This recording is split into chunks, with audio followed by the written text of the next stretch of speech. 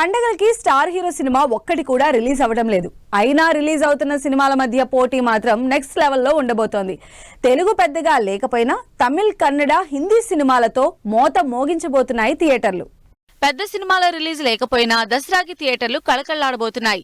October 11న Rajinikanth most awaiting movie Vettaiyan release అవుతోంది.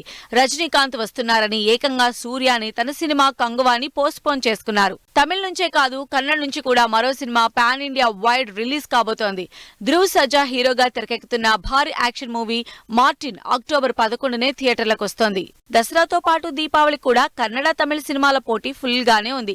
తెలుగులో చిన్న సినిమాలే అయినా తమిళ్లో కమల్ హాసన్ డైరెక్షన్ లో తెరకెక్కుతున్న అమరన్ మూవీ అక్టోబర్ 31న రిలీజ్ కాబోతోంది.